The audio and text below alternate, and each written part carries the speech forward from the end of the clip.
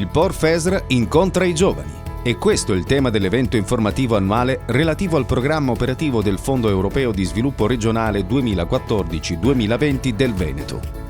Un'iniziativa nuova, innovativa, che ha visto la Regione incontrare le classi quinte degli istituti tecnici e professionali di Padova, Verona e Treviso. Un'occasione unica di interazione tra l'ente, gli studenti e gli imprenditori.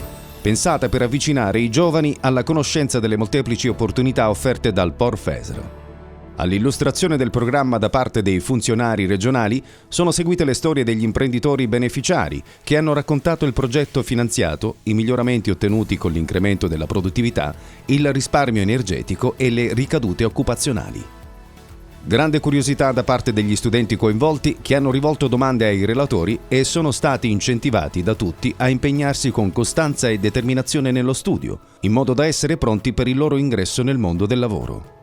Per approfondire le tematiche affrontate e i progetti finanziati, visita il sito internet regione.veneto.it/Porfesr.